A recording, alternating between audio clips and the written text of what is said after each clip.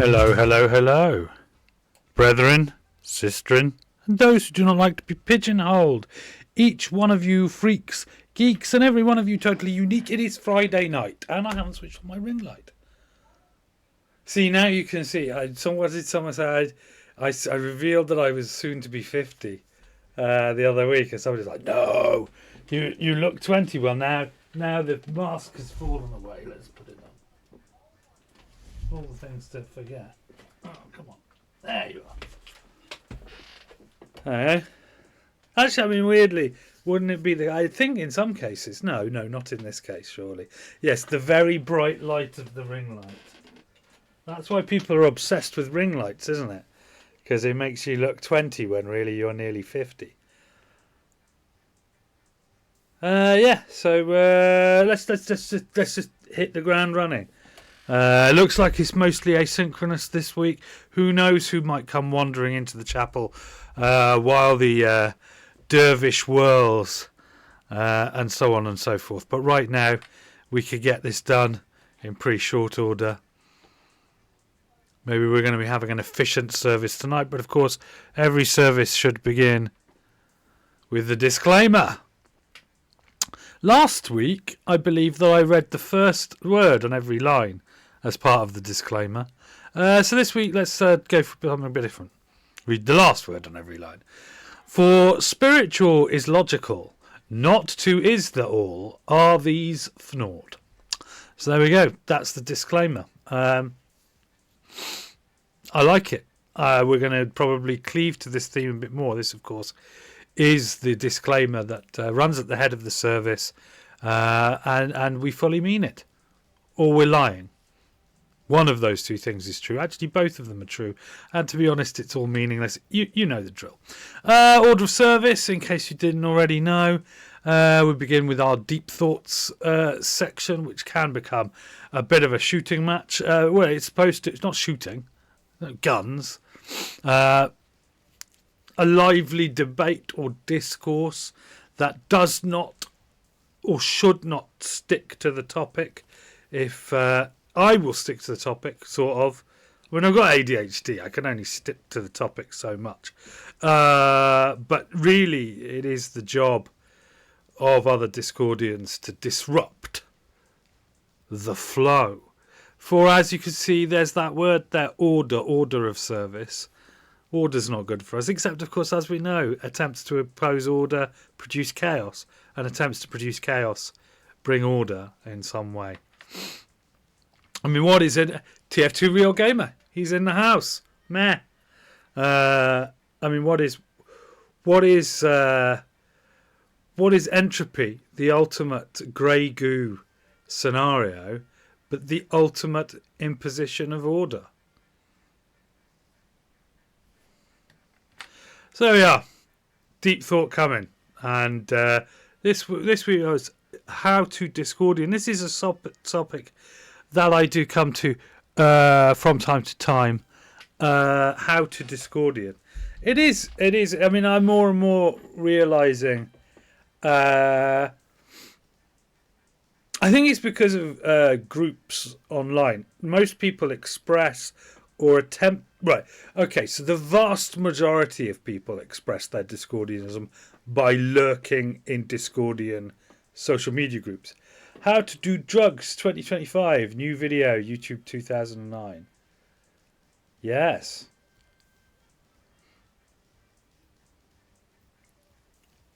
It's certainly a confusing heckle. Which not always the route to go. Confusing heckles. Because you might bring everything to a stop. But when my brain abandons the confusion at the end, I can easily return to what I was thinking about. I think what you really where we've come to is the understanding that what you need to do is very much like a teacher at school who would let you get away with not working if you could distract them with a shiny conversation topic that they would, glom onto. That's how you disrupt the thing. No, I'm saying social media groups. That's how people do it. You go onto any given social media platform, believing you're a Discordian, and you look around for Discordian stuff. You fucked one of your tests today. Gonna fail. I mean, I'm not going to make I'm not going to make the immediate joke that came up. That comes up when people say so that they fucked something. I mean, as long as I could probably make a joke about consent. That'd be fine. I'm sorry to hear that. It is always testing as a whole. It's a little bit. I can tell you as someone who did a lot of tests and did pretty mediocrely, most of the time. It doesn't really achieve anything in life to test someone. Yeah, it's purely an academic invention. Because, and I trained to be a teacher, so I speak from some place of some wisdom here. I think one of the things you realise when you train as a teacher is that you that you are never going to really know how to teach another human being something. Shows I haven't done anything for the last 3 months. I'm going to say, except probably play quite a bit of Team Fortress 2, but that goes without saying. Shows you haven't done anything for the last 3 months. Okay, so here's a serious question on this topic, seeing as that you've now managed to snare me with this. Have you really not done anything towards, like, whatever the topic of the test was, have you really not done anything for 3 months towards that topic? That would lead to larger questions, such as, if that's true, if you've spent 3 months studiously avoiding the thing you were supposed to have been studying, why are you studying it? Yeah, the test was JavaScript. Oh, fucking hell, JavaScript's drunk anyway. I don't know how they'd mark a test on it. Any language where I think it's that you can say 1 triple equals inverted commas 1, and it says yes, they do equal one another, which just in any other language is just laughable. Whereas because in JavaScript, every term in a statement of equality is a string. It's very loosely typed. You have to impose like a layer of TypeScript on top of it to get it to say that that's false, because TypeScript, well, as the name implies, it's JavaScript with typing. So in a language where you can get away with the most weird things that are probably not a good idea, testing you on it. It's it's very stupid. Yeah, I mean, on the one hand, JavaScript is stupid. On the other hand, one of the first things I ever programmed professionally was a redundancy calculator using JavaScript. Back when JavaScript was real JavaScript, i.e. very stupid and embeddable in strange manners and very bare bones websites. And then for years I was a Microsoft boy, C#, ASP, ASP.NET, MVC, .NET MVC, that was the one. Yeah, all of that. And then .NET Core. Oh, that was a weird 6 months. Everyone's like, now we're using .NET Core, yay! It makes Linux development of Microsoft languages and Windows, they can be compatible. Not really. Yeah, all of that. And then we all were like, oh, now we all have to change our frameworks. If we do new projects, we have to do that. And then 5 months in, Microsoft, we made really big boo-boos when we released Core 1.1. And we all had to upgrade to I think it was even a major release, Core 2.0. But Core 2.0 was in no way compatible with Core 1.1. So basically every Microsoft shop that had adopted the original version of Core had wasted half a year developing in a way where now it didn't work. And it didn't really stitch up Linux development environments and Windows ones, so it was a bit pointless anyway. So there you go. That was that. And then while I was working with that, I started to discover things like Knockout, Angular, React, of course. Why can't we learn Python or C++, something that's actually going to work? Python's really easy. You don't need someone to teach you Python. If you can write JavaScript, you can write Python. Yeah, it's very, very easy, Python. You could just teach yourself while, in your spare time. Okay? I'm not telling people who can't write any language that it's that easy, but it is if you can make Node scripts in JavaScript, Python is super easy. The thing with Python is having the right environment. I write a lot of lambdas in my work, AWS lambdas. It's basically like a serverless container that runs arbitrary code, which could be Node, could be Python. This has turned into a tech stream. Ridiculous, but good at the same time. If that's what we're here to talk about this week, I'll come back to the main topic. But yeah, if you can write a script that does a thing in like Node or whatever, writing the equivalent in Python, absolutely simple. Very, very simple indeed. So yeah, Python. You could C++. I've never had an occasion to write C++, and the reason that I haven't had an occasion to write C++ is because I've never tried to work in the games industry. Like nobody outside, because C++ still does. It compiles to run a better optimized, fast mathematical operations, most of which are usually used in game engines and stuff like that. So that was the way it was a few years ago anyway. I mean, it could be that we've moved beyond that, in which case C++ is a bit pointless now. But Python's definitely cool. But it's so easy that most developers kind of look down their nose a little bit, which I think is, I have to learn 20 different things if I actually want to stay in school, but I only want to learn 2 of them.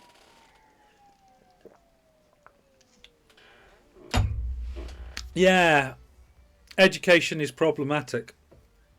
I don't think it's ever not worth learning things. With my ADHD, the only reason I want to learn C++ is because of Unreal Engine games development. Exactly. As an ADHD enjoyer, I went to drama school. My undergraduate. This is before I learnt that I had any ability with computers. I went to drama school. And what's really interesting is if you go to a pure arts, if you go to certain pure arts institutions, like the ones like there's a place in the UK, RADA, Royal Academy of Dramatic Arts. I don't know because I've not been there, but I'm not imagining that they have an inferiority complex about being an acting school because they are like the acting school. That is it. If you've been to RADA, you're on the top rung of potential actors while you're starving because you can't afford food and you're cadging couch off a friend or relative to occasionally go to an audition, but you attended RADA.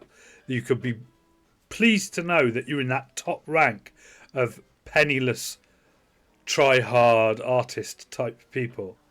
So I don't imagine RADA has this, but other acting colleges do appear to have this bee in their bonnet about wanting to appear academically rigorous.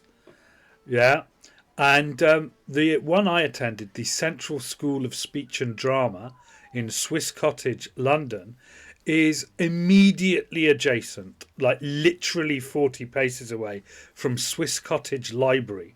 And if you don't know, which you probably don't, because I didn't until after I left, I think, Swiss Cottage Library has the largest single collection of psychology, philosophy, and spirituality books in Western Europe.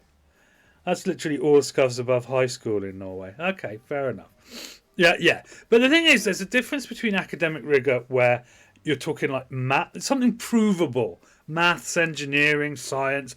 The principles that are taught in these arenas are inarguable.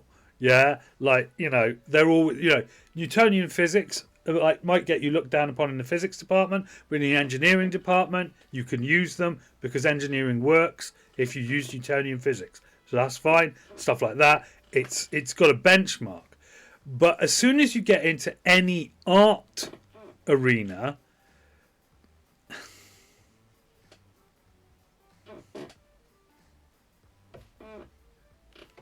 particularly his actors, what's the standard? Where's the line? Is it really just can act well if called upon to run a stall in the background of a soap opera in EastEnders or whatever?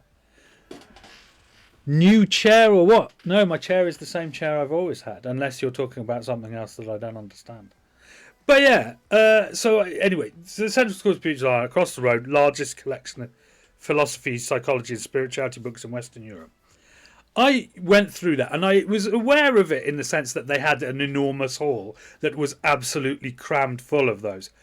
You got to give us some WD-40. I got some WD-40 of that. I will take that advice. I'm not going to do it now, but I will. Yeah, I will give us some WD-40 next week or next time I come to Sittinger, which will be Monday. So yeah, cool. Thank you for that. I hadn't noticed. Maybe I just got used to it. And I devoured books by Derrida and Baudrillard and all this philosophy and stuff that they obviously had there for me to read, but was not in any way part of the curriculum. Although philosophy, there was a section on aesthetics, in the college course I was doing at drama school. But they were like, yeah, do philosophy. And I went further, looked into postmodernism, simulation theory, all of this kind of stuff. And they're like, not like that. And that's the thing.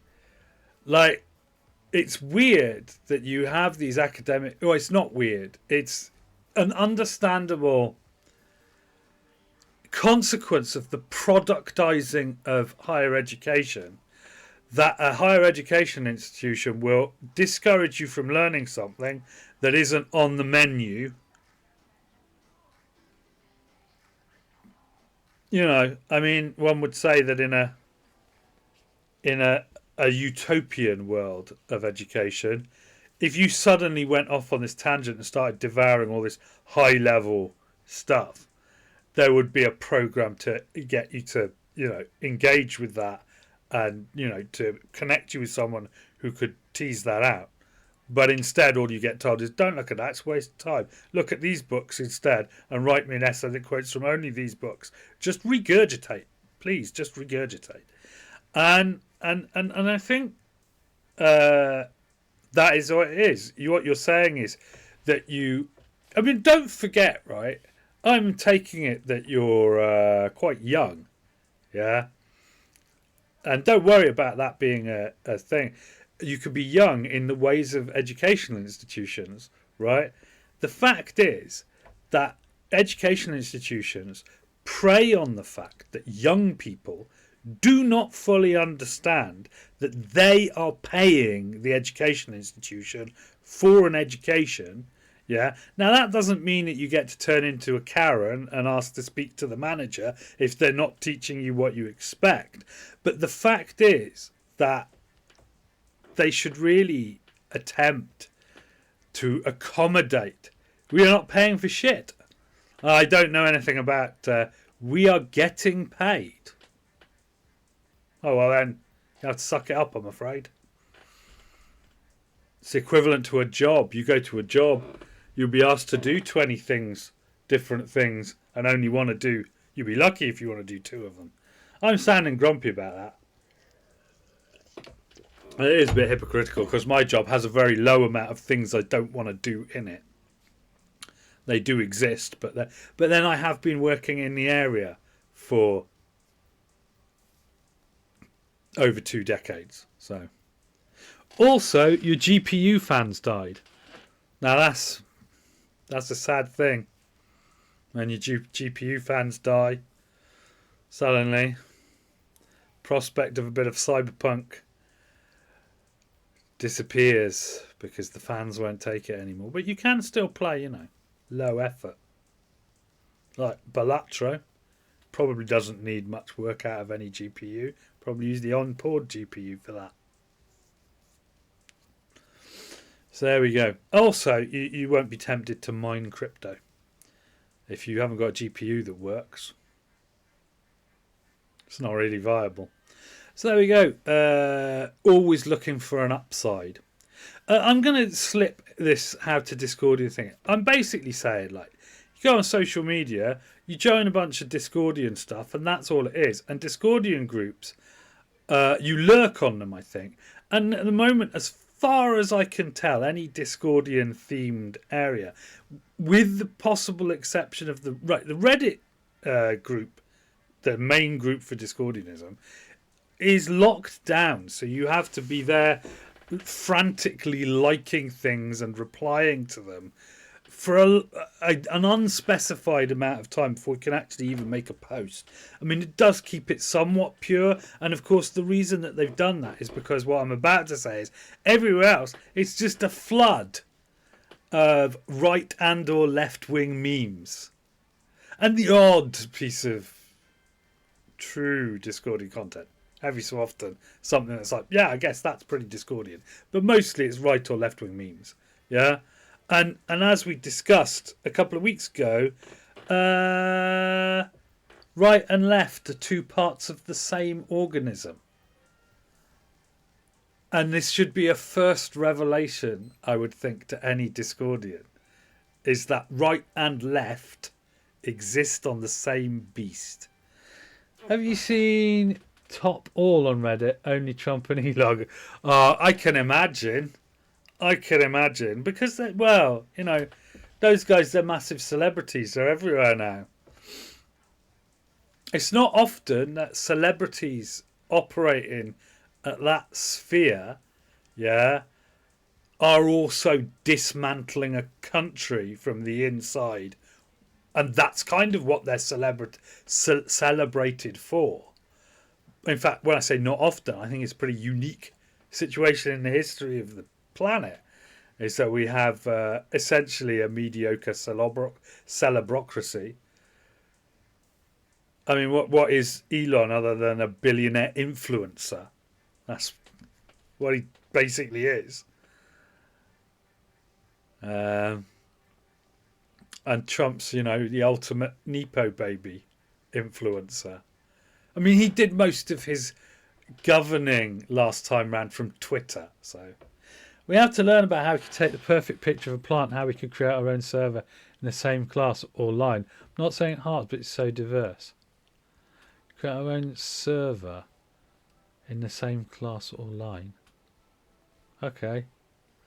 Yeah, but that's the point. Diversity. I mean, the point is, you go to an educational institution and complain about the diversity of their course. They will laugh in your face because that's kind of the point.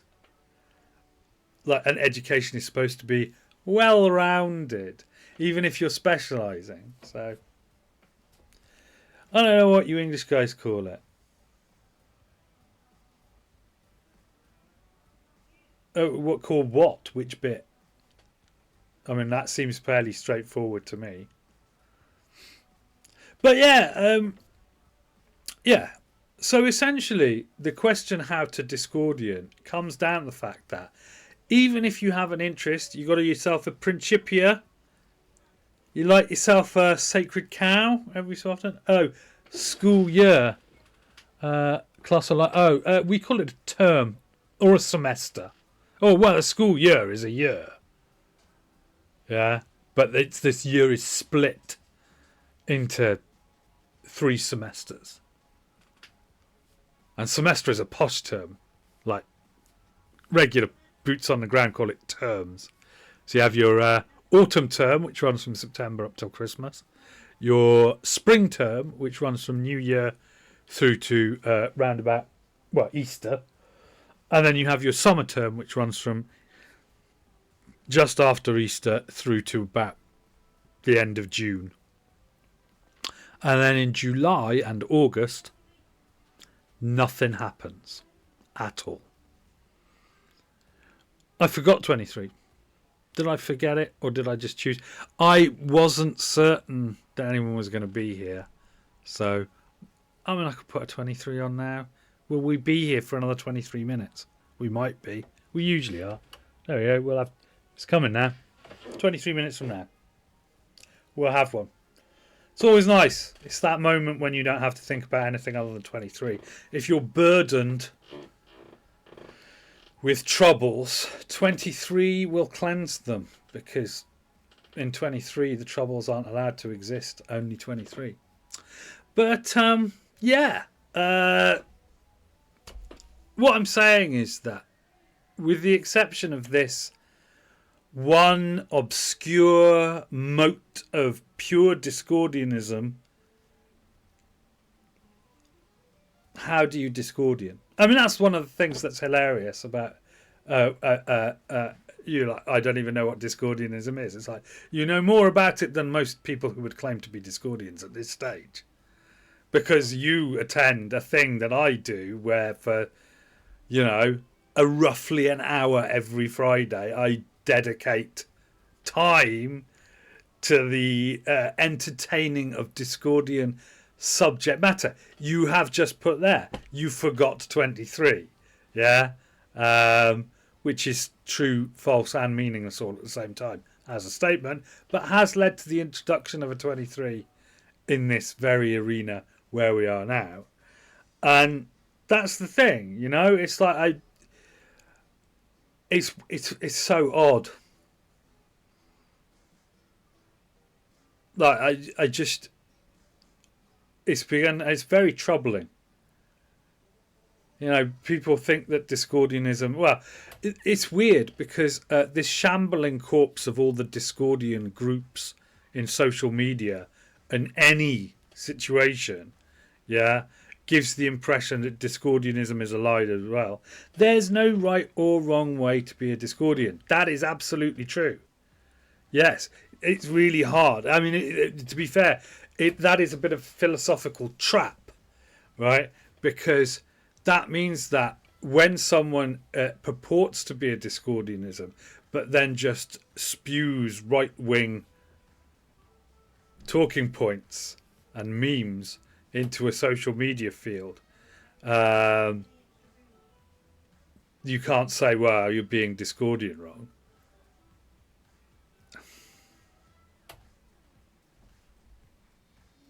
Your hands are tied. So that is an effective problem right there that you've identified. So when you say how to Discordian, that there is a fundamental problem, because if you can't do it wrong, then you don't know if you are doing it wrong, because you can't be wrong. And the point is that's, I think, of course, that the way you get told that there's no right or wrong way to be a Discordian is in the Principia. But as has been established, the Principia is often not only just wrong, but actively deceitful. And so we have to wonder if that principle, there's no right or wrong way to be a Discordian, isn't perhaps the equivalent of the interview, the point at which Keanu Reeves mentioned in an interview that he's tired of arguing with idiots. So when he meets an idiot and the idiot spews idiocy, he just goes, yeah, man, absolutely. You're right there. That's great. And just turn off. Yeah? And I'm thinking that possibly there's an element to which, you say this is your right to give up arguing with an idiot. Ah, well, there's no right or wrong way to be a Discordian, so whatevs. Is it a joke? Is it real? Is it? Is it a joke? Is it a joke? Religion, or is it a religion? And the answer is yes. I mean, that is the thing. At the heart of Discordianism is this notion of paradox. Whatever is, isn't, and whatever isn't, is, and it's both and neither at the same time. Everything is a paradox. That's what the sacred cow is all about, yeah?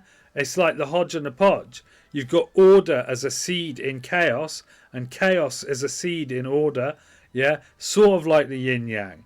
But that's what's really interesting about the yin yang, yeah? The original thing from which this was ripped off, the yin yang, is like, well, the positive is in the seed of the positive is in the negative, and the seed of the negative is in the positive. It's like been sanded down until it is essentially meaningless. What does the yin yang actually mean? Well, it's clear that it means nothing. It's clear that it has become meaningless due to the fact that of the people who like to plaster everything in blinking yin yangs. The symbol has become a symbol of, well, as you said at the beginning, meh. And the fact is, they're saying, is it a joke? Is it real? Is it both? That's for you to decide. Yeah.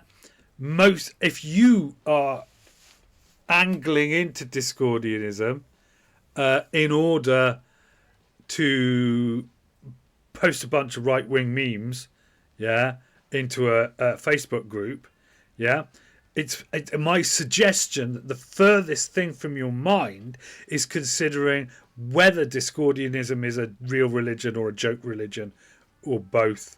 And if it is both, how does that work? Because part of the direction of the serious religion is to treat it as a joke. Yeah. But part of the joke is don't treat it as a joke. It's supposed to screw your head up. But I would argue that many people in these Discordian groups, yeah, they don't even consider those issues. Because they want to, shitpost.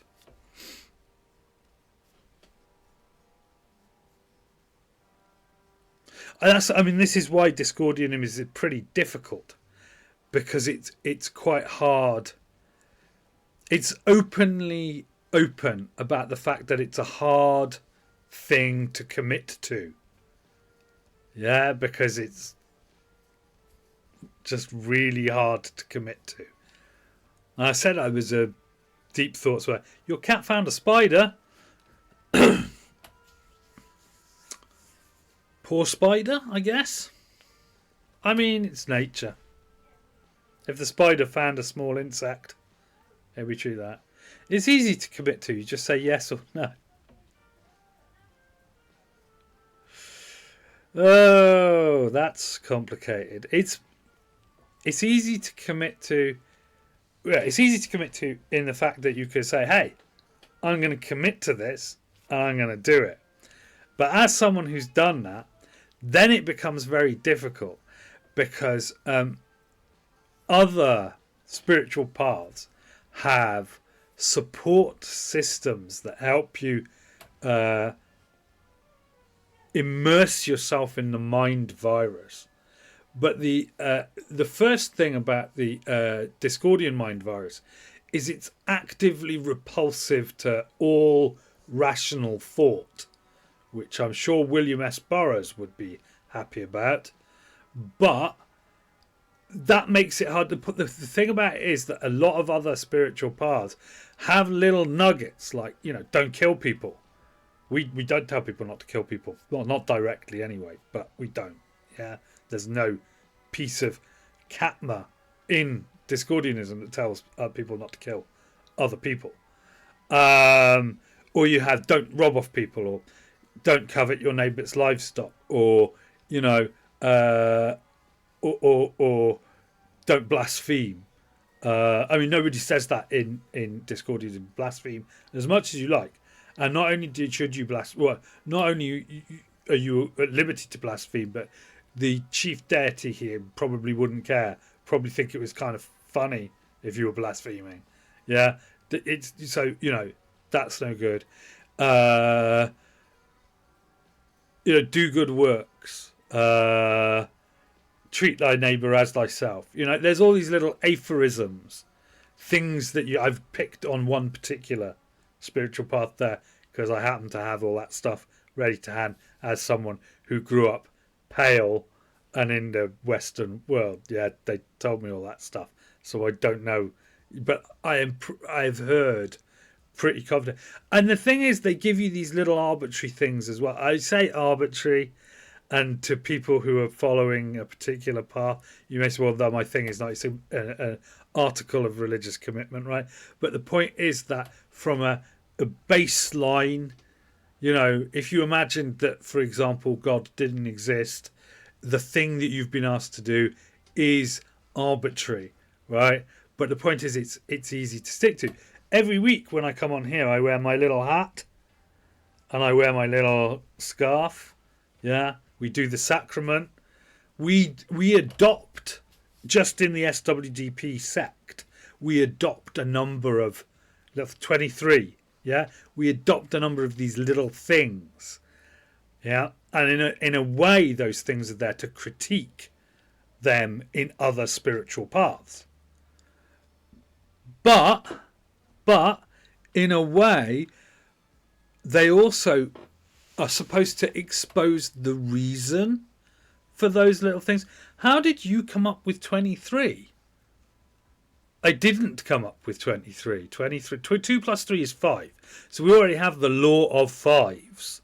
And the 23 obsession has been kicking around for a long time. I would not be comfortable saying it was since the 1960s because it may go back further.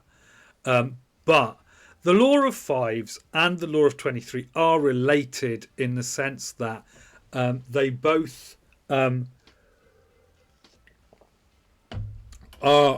intended to critique the idea that other religions have special significance on numbers, 666 being possibly the most identifiable special number around the round world. Even if you're not part of that particular club, yeah, people understand 666 because many of them have seen The Omen, yeah, and stuff like that, yeah. 13, Friday the 13th, yeah. So in Discordianism, the law of fives and the ancillary pattern of 23 are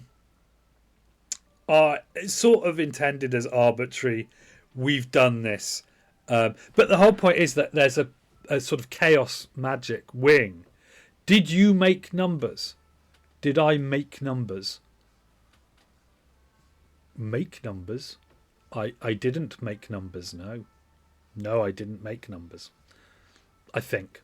I don't really understand the question, so maybe I did. Yeah, I made numbers. Whatever you're saying, man. Just take that light out of my face. Let me have something to eat, Jesus. Right. Anyway, yeah, so did I? Yeah, so although there's the number of sort of text references there, oh, well, we just wanted 5. Microsoft just announced a new quantum computing chip called Majorana 1. Good for Microsoft. Maybe they could put one in the next Xbox. That'd be a thing, wouldn't it? Can you imagine? We have games running on a quantum chip. It means that from now on in the Starfield remaster for the Majorana 1 Xbox, the game is both shit and not shit at the same time. Topological quantum computing. Nice. Qubits for everyone. But yeah, so the point is that at the same time as they say, oh, we just made this up about the law of fives, and then they breathe in and they go, it's true though. It's weird. We made it up. We thought we were just funning around. But if you actually look, it does apply. Yeah. And you're like, well, so which is it? Is it real or is it for both, mate? We made it up, but then by making up, we made it true. Which is why the chaos magicians love the numerology of Discordianism, because the idea of chaos magic is that you're manufacturing your own reality out of your own sort of arbitrary superstition. So they say it's a new matter, a new state of matter, or a new. What does that mean? Feels like word games to me. Fire, earth, air, quantum computing, topological quantum computing surface. So there we go. The liquid, solid, liquid, solid, and plasma, blah blah blah. Yeah, exactly. Quantum foam.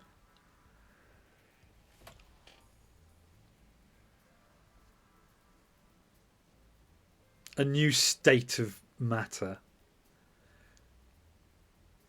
I'm pretty sure, okay, gas, liquid, solid, plasma, and then there was back in a long time ago these ideas of quantum foams and stuff that were states of matter, highly specialized states of matter. So,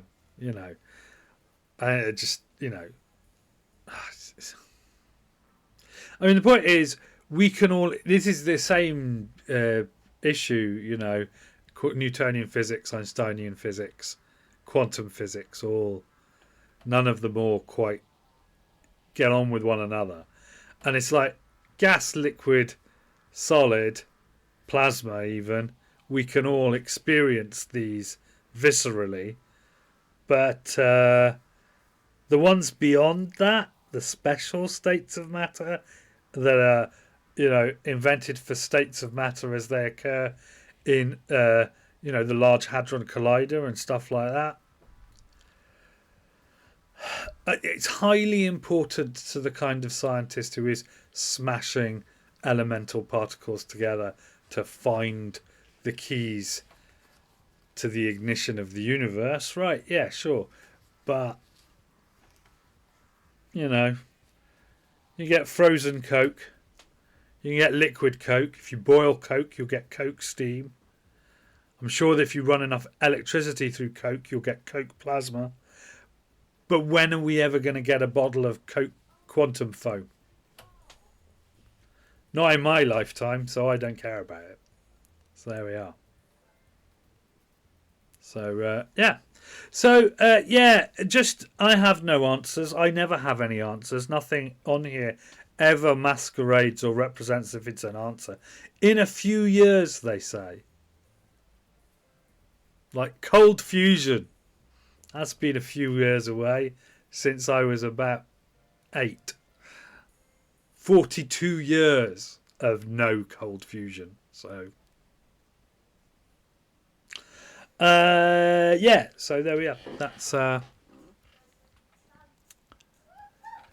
deep thoughts. We had deep thoughts. I guess we've already barreled through Kandar, unless there's any specific. Happy birthday. It's not my birthday yet. It's not my birthday for not long, actually. It's about 6 weeks away at this stage. How are you? How are you? How am I? Oh, right. That's the question.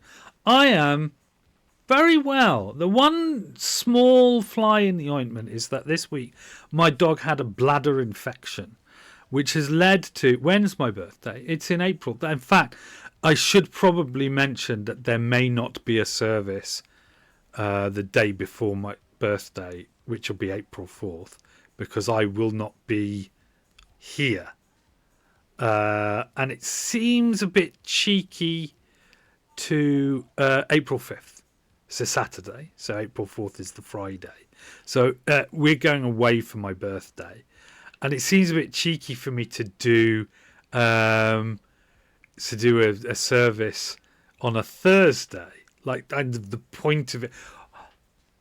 But we don't go till the afternoon. I mean, you may not be able to attend, but I could do a service quickly in the morning of the 4th. Yes, there might be a service. It might just be short and not at the usual time. So there we go. That's what's going to happen. Yeah, this is the thing though, right? The service is run on a Friday at this time, yeah, because Discordianism says Friday is the day. So much the same as, other spiritual paths say Saturday, Sunday. Those are the days. In Discordianism, Friday is the day. And so in order to bring the energy, it has to be there. First time chat, Jacob5522. Are you going to offer to aren't any days day? No, Friday is specifically mentioned. Jacob5522. Are you going to offer something to me like, I don't know, emotes or something? Because if you are, you may as well just leave. Because, But otherwise, welcome in. We are doing a Q&A. So if you have a question that doesn't involve selling me things, then you can ask there. No, Friday. So really, in other religious paths, you do stuff like I did Buddhist meditation for a while, and people who were dead Buddhist would do a mantra. They would have their mantra beads, counting beads. Yeah, and every time they went round and they got to the knot, they'd know they'd done a certain number, and they would do series of thousands during meditation. Like it was some kind of guaranteed advancement program. And this, doing a service on a Friday and having the sacrament on the Friday, which is when you're supposed to have the sacrament, by the way, yeah, that has to happen on a Friday. And I do say that anyone participating in the service or watching it asynchronously on YouTube, that for the duration of the service, it is Friday. As a Pope, I have declared that this space in the screen, when you are consuming this service, it's Friday, wherever you are. But I don't think it works the other way around. I can't do a service on a Wednesday and say, but while I'm doing the service, it's Friday. Like the thing that makes the service Friday, wherever you're watching it, whenever you're watching it, is the fact that I do it on a Friday. So, yeah. But you asked how I was, and I was telling you about my dog's bladder infection. Basically, the dog's had a bladder infection, which has meant that while not being able to, relieve himself standing up with his legs cocked, which is how dogs like to do that, he can leak while he's lying down. And that has been awful. Also, he likes to join in. When he's been in healthier days, he likes to come and sleep on the bottom of the bed. Not something that can happen when you're oozing all over the place.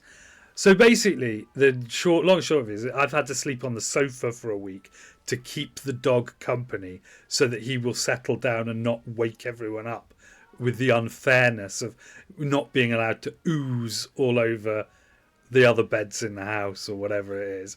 So yeah, apart from that one thing, and I've slept quite soundly on the couch, to be fair. Yeah, he's been a champ. He was very unwell with it because I think the problem with dogs and gotta stop. It's here. We don't have to stop entirely, but there is a moment here for 23. And there's, as I said, it leaves, we leave everything behind, and for a minute, all that there is, all that encompasses us, all that enfolds us is 23. And in that moment, we get to unburden ourselves psychically. We get to enjoy a moment of pure 23, which is, of course, a gaze into the boiling heart of existence. Or maybe it isn't. It's 23. Who am I to put something on 23 and say, oh, it's this? 23 is essentially undefinable, except insofar as it is 23. So that was 23 this time, and very 23 it was too. So to return to that, the dog, he was very poorly, and I know that he was very poorly because it got to the point where I had to buy him dog nappies, And although he really didn't like them at any point, and I can understand it, he doesn't like them. But as the vet has given him drugs and he's slowly coming back to being more himself, the more undignified he finds the nappy, because he doesn't. He knows that we're giving him pills wrapped up in chicken because he eats the chicken, and anti-inflammatories in a little syringe that apparently tastes quite sweet. He is accepting those into his body and they are healing him, but he doesn't know that. And I think he's like, also, what's with the nappy? Because the thing is, you don't have the nappy, you just pee on yourself and then you're covered in pee, and it is in essence more undignified than having the nappy on, but the dog don't see it that way. So again, that is the only thing, is that we're looking after the dog. But because the dog is being looked after and he is getting better, that's not so bad. But it is very annoying to have to sleep just near the dog to stop the dog running around the house in the middle of the night going, "Why are you ignoring me?" Which in the normal run of things, we could go, just sleep on the end of the bed or go in your little basket in the bedroom or do whatever you can hang out with us. But at the moment, he absolutely can't, because, it's a big thing to ruin a bed with PP. He did once. He managed to get him once. Do you think it's okay for a 16-year-old to trade stocks or crypto? I would treat that as I would say, do you think it's okay for a 16-year-old to play roulette or poker? To which I would say, do I think it's okay for a 32, someone twice as old, 32 years old, to play roulette or crypto? Now, the law says that's fine. Age limit, the 32-year-old, not the 16-year-old.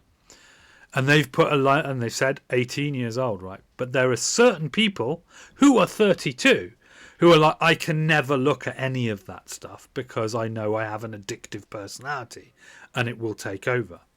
So the answer really is, and I think by 16, someone is aware whether they have, well, they may not be aware that they have an addictive personality on that kind of activity because they might not have experienced it, and that's the problem, you see. So all they're really doing is moving a line around to the age when you can find out whether you will just literally get yourself massively in debt because numbers go round, or little pictures on a fruit machine, or whatever it is.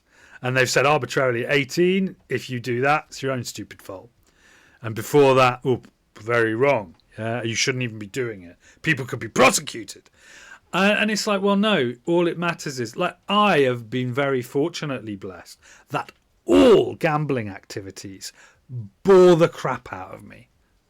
I am very alive to the idea that, well, for me, at 16, if you'd said I trade stocks or crypto, you could say, go, trade stocks or crypto. And I'd have gone, nah, that seems boring. So fine, it's fine for me to do it because I don't want to do it. So it's not, but that's not really a question of, the 16 part is arbitrary. What we're really asking is it okay to trade stocks and crypto? And the answer is, if you really want to, no. And if you don't want to, yes. But you won't want to, so you wouldn't.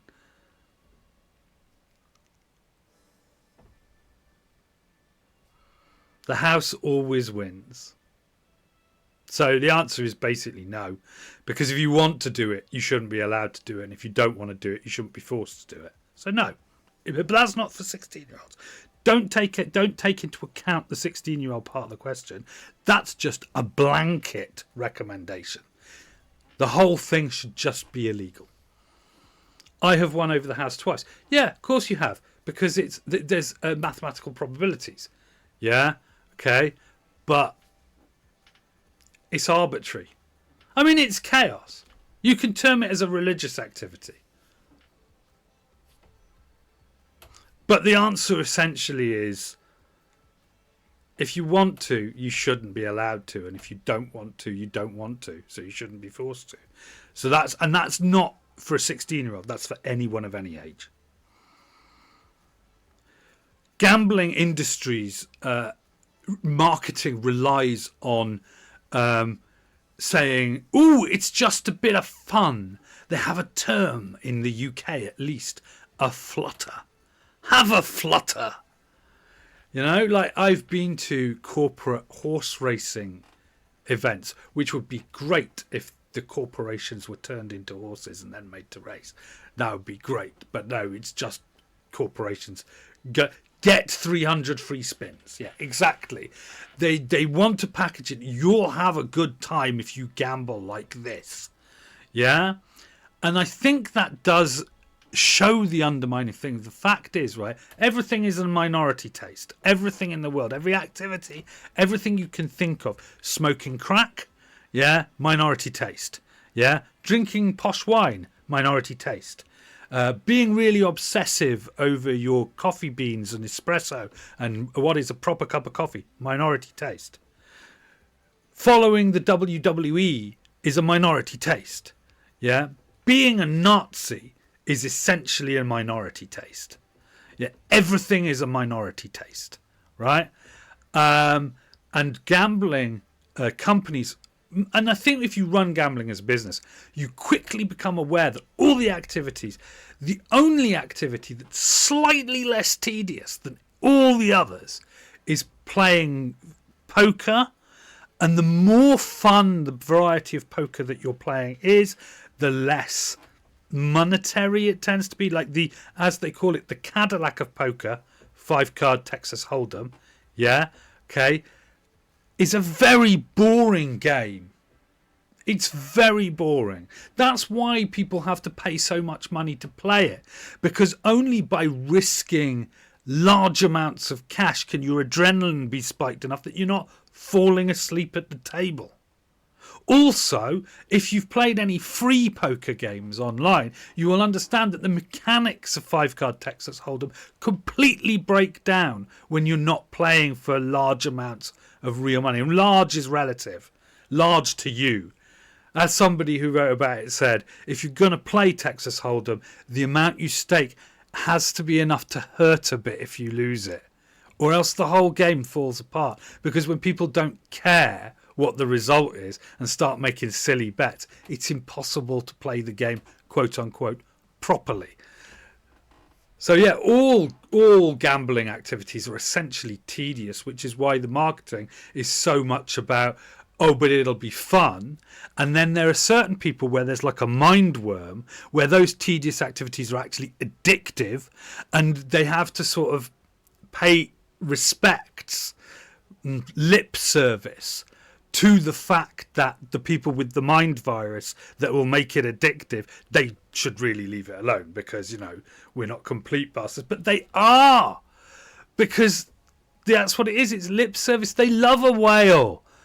Gambling purveyors, the house, loves a whale. And they don't care if that whale is going to get £500,000 in debt and then top themselves. I mean, it's a bit of a shame, because they've topped themselves. They can't make another £500,000 off them. But they love it. Really? So they just go, and the fun stop on their adverts. No, yeah, gambling is just, you know, and I'm not saying that there are people who can't have fun with it. If that's what they find fun, because they can. Because I've often seen people, when getting on an alcohol screed, say, well, when people say I'm just going for one, it's never just one, is it? And I'm like, yeah, it is when I go for one. In fact, sometimes when I go for one, it can be half or even none, because I get to the bar and I'm like, do I want a full beer, or do I maybe want a shandy, or maybe I just want a Diet Cola? What do I want? And then after I've had a beer, I'm like, that's enough beer. That's as much beer as I want to drink right now, and I go. But of course, the people who are like, it's never just one, they're not talking to those people, are they? They're not talking to me. Because for me, when I say I'm just going to have one, I might not even have one. And then, you haven't got a problem then, have you? And that's the thing. It's very difficult. You have to know who you're speaking to with these things. But really the message, it's never just one, is for those people who are, it won't be just one, will it? It won't be just one spin. It won't be just, you know, whatever it is that these people are offering you. The problems of addiction to various substances are big in this world. So that was a fruitful Q&A. I feel it was somewhat helpful. So well done. It's pushed the length a bit of the service. But hey, let's just quickly breeze through this stuff. I'm not sure that yet. Oh, good grief! It's never one. It is for me. I'm not. Me and my wife joke we have a drinking problem in that we have bottles of wine. People come. It's right on the day that I can make the 6. But tell you what, actually, I did have an idea about this. If you send me 6. You can link to my YouTube channel, right? If you got a comment, doesn't even have to be on this week's video, and any video that gives me the 6 bullet points that would tell me why the heavy is the face of Eris, then I'll consider it. But I can't do it. I don't know. Although I have noticed, and I don't know if you've noticed this, but the heavy has been popping up a lot recently. For some reason, people are the heavy is this time is synonymous with Team Fortress 2. People say, I'm talking about Team Fortress 2, and the illustration they use is the heavy. I have noticed that recently because of you. So that is weird that that's happened, since this. TF2 got a big update. Right, okay. So no, this week it's the devil. And I've specifically, they released the source code. Right. They specifically used here the Devil Tarot card, because the Devil Tarot card, weirdly, we've just had this exact conversation, which is why I'll be able to breeze through this very fast. The devil kind of represents addiction. Yeah, you'll notice, like in this tradition, this is the Rider-Waite-Smith image of the devil from that tarot, which is the standard, like bog standard tarot that everyone uses. The man and the woman at the bottom, they are bound to the devil's dais. The devil is standing over them with power. But the chains round their neck, they could just lift them over. They're quite big and generous. And what it's about is being attached to something primal and, I don't want to say evil, but powerful. The beast, it controls you, it consumes you, it changes you. But the fact is that you as the participant in that you can walk away. Well, that's the theory anyway. We just talked about addiction and how it might not be quite that simple, but we'll go ahead. So this means that the devil has many faces, and we've discussed many of them just now. Gambling, drinking, the devil. The devil made me do it. The devil himself, an image of the devil. This idea of forces of evil, but other things can also be named as the devil. Also, naked people report. It's a classic tarot image. It's on Wikipedia, for God's sake. I think it's classed as art. So there we go. An enabler, not an enforcer. That's the point. What I'm saying is here, because they could just walk away, in theory, what the devil represents is something that's enabled. It's over for me. It's always been over for me. For God's sake, right? You haven't had any ads because I was a Twitch affiliate, and now I've decided to revoke that affiliate status because I'd rather that you didn't have ads, and I don't really need the affiliate status. So the concept of it being over for me is very mushy. I don't think they'd want to try and seriously make it over for me because of how complicated that status would be. Because it's not really a punishment. I mean, that's the thing. If I was kicked off, I'd have to stop doing the services. And it would be like, well, there we go. I didn't give up doing the services. I was forced out. So there we go. But it is just the Devil Tarot card. That's what they look like. You can buy them for kids. The lotus, not the slave master, which is the point. People think of people try and blame the devil, say the devil made me do it. But the devil is the drug, he's not forcing you to do things. You are doing things to get more devil. That's the idea. Wow. Okay. So that was actually a deep philosophical point that I had not thunk of before, except subconsciously because I put it in the bullet points. But now I've said it out loud. That's quite deep, really. Maybe a help that's turned into a hurt. That's the point, yeah? When we look at people who are addicted to things like painkillers and stuff like that, there are places where that kind of devil, very dangerous, risky activity can be a help to you. But then you've taken it too far. You've gone too far. You've gone beyond the line. Okay, and that's where the devil emerges. But that's really weird, because what that says is that there's a part of the devil that isn't actually that bad. But of course, certain spiritual paths want you to think that want you to take the attitude that the devil is a personification of pure evil.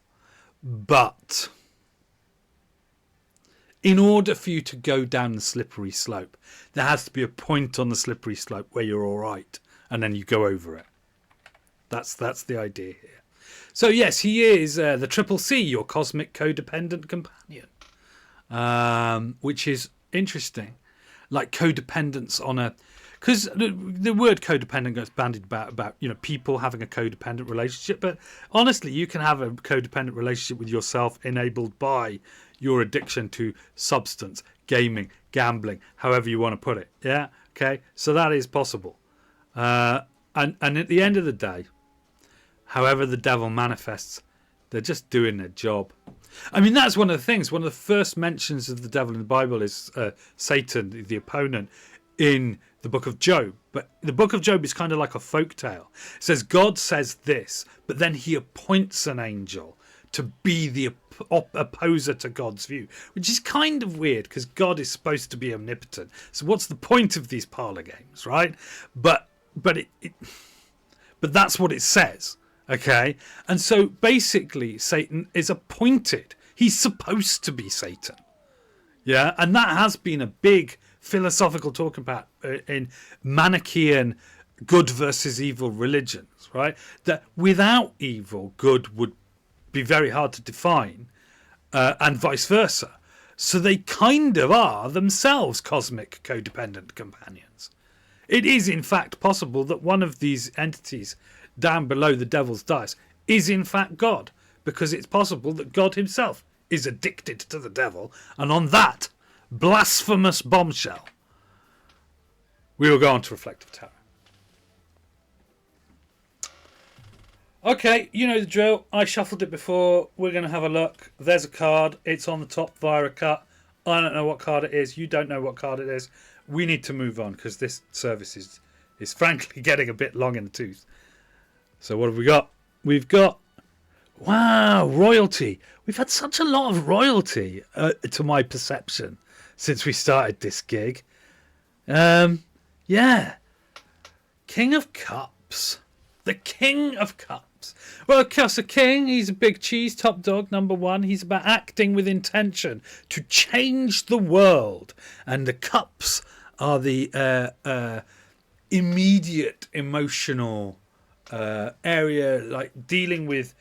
it's weird, actually, now that I come to think about it. Swords are about bullshit, right? So immediate emotional bullshit. People being immediately conflictive. I want to speak to the manager, that kind of swords energy, right? Cups energy, on the other hand, is supposed to be more benevolent, but it actually covers a lot of things, like I'm feeling sad today, I feel all loved up today, I feel, all of these things today, the feelings of what's important. Yeah. And so what it's saying is that you're changing the way that you're handling your feelings and acting out of your feelings in an intent to change the world around you. That's what the king is. So you take your feelings, and it's very difficult sometimes, I think, for people, particularly people. One of the things that people don't tell you when you become alive, right, is that it's really hard to process feelings. And I think there are certain people who find it very easy on a superficial level to like fish feelings out and say that they feel them, and who have a natural affinity and liking of talking about and experiencing emotional feeling type things, such as reading a lot of romantic fiction or watching a lot of Housewives of New York or doing all that stuff. They have a sort of far line into the vocabulary of emotion, right? But I don't think that just because you do that part, that actually is, it's helpful in helping you process emotion, but are you still processing it correctly? And I think it's just one of a number of parts of human experience which nobody admits. Everyone has to learn to do it. Everyone. Doesn't matter if you love Housewives and Catfish and reality television. In fact, many people who are really, really into this stuff, they have pretty awful dealing. They get really into it because they can't deal with the stuff in their own lives, right? Let's be honest. And that's the thing, because then I think that increasing the vocabulary, but then being in that place, yeah, where you are not processing them the same way that a lot of other people aren't processing their emotion in the same way, just makes you aware of what you're not doing properly. I mean, the other people, the people who are like, I just like intellectual things, Apollo is my god, and I just, irrational thought is all, and emotion is a distraction. Yeah, they are not aware of the things that they're not dealing with because they won't look at it. Like, it's over there, it's in a room, I'm not even going to think about it. So, they're to a certain extent insulated from that idea that they're not dealing with it. But then the people who, it doesn't matter whether you're fully aware of the kinds of things people do idiotically out of emotion, whatever it is, or just acting continually on this surfing wave of emotion, or whether you lock that away and pretend it doesn't exist, which is also, both of these things are terrible when it comes to the idea that processing that emotion, doesn't matter which side of that coin you are, it's going to be a difficult ride. And just because the king, bless him, wants to change the world by engaging with that process of processing emotion, yeah, does not mean that he'll be successful. So it's weird, because although he's intentionally the king energy, so he could be a she, of course, just doing the same thing, but the king energy is king energy, right? It's because of the ancientness of the tarot card. It's that kind of energy of, like, whatever. I don't even know how to describe it, but yeah. It just says, you're going to try and process your emotion more productively in order to effect a change in the world. Are you going to succeed? We don't know. But that's what the king is all about. So that's what we've done. Reflective Tarot this week. Oh, it seems like so long coming, but here it is. It is time for the sacrament. Discordian brethren, sister and pigeonholed, at home. Grasp your ideally strawberry flavoured, ideally hot dog shaped, but in actual fact, imbibe a quantum foam for all I care.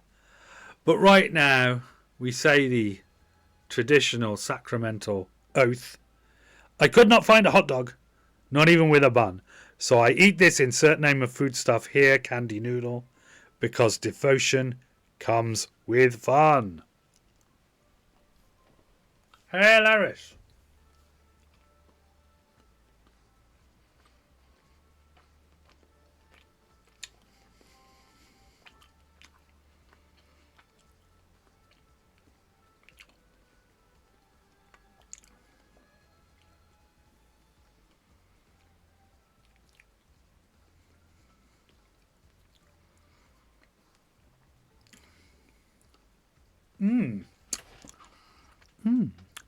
Very nice. And that was the sacrament. And indeed, that was the service. So what have we learnt? Nothing. When did we learn it? Sometime in a movable Friday format. So there we go. And that is the way that the Discordian service happens. Once again, I am indebted to TF2 Real Gamer 2022, who actually did a thing which I hadn't even considered, which is to derail the service into a more fascinating area by firing what might be considered hot button questions at me. I think it is safe to say that the SWDP Discordian service cannot, as with any Twitch stream, be named as a safe space. As a friend of mine who did definitely try and run a safe space digitally online for mental health They just couldn't do it. They eventually had to reterm it from safe to brave. And that's fine, being brave and coming in and getting involved.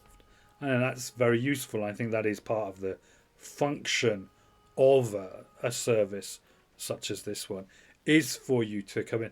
And the fact is, right, the Discordian method, style, credo, is that whatever it is, essentially, weirdly, the weird corporate "don't sweat the small stuff" brackets, it's all small stuff, is Discordianism boiled down to a nutshell. It's a religion, very serious, but it's a joke, but it's also a religion. So, that's where we are. That's where we are with it. I'm amazed that nobody's ever come in here and asked if I'm serious. I suppose it's that Discordians don't really seem like a great target to the trollish of nature, because it's inherently flexible. I think trolls like a target that's brittle. You can really hit it. And I am pretty much aware that Discordianism doesn't work like that, which is to its detriment, because it means that people just kind of ignore us, really. But there we go. I'm happy. As far as I know, TF2 Real Gamer 2022 is happy. And I think this was a very interesting service. So thank you if you join me, and if you're enjoying this asynchronously. It'd be lovely to see you live on Twitch, of course, but many people, if you can't make it, you can't make it. Hey ho. But it's been very, very nice. We're almost up to 30 services. Yes, 30 per page. Yeah, so this one will be the 30th service that has happened. So we've got another 22 to go, and then we've done a year. So we've got over 6 months of service. That seems wrong. Was it September, October? Well, the end of August, but we'll say whole months only. September, October, November, December, January's over, February's nearly over, and obviously 6 months. 6 months of services. Crazy talk. Amazing. So there we are. Oh no, yeah, it's under 6 months, just because interpolated in the weekly service are seasonal services and Saints' Day services. So that's why we've got up to 30th. But we would have more than 30, but I think some of them didn't transfer to YouTube. Anyway, that's all YouTube housekeeping. Hail Eris, all hail Discordia. Thank you for joining me, one and all, and I will see you again in the next one or one after that. Come by whenever you feel in need of spiritual buttressing. That sounds rude. I'm going to go and consider that now.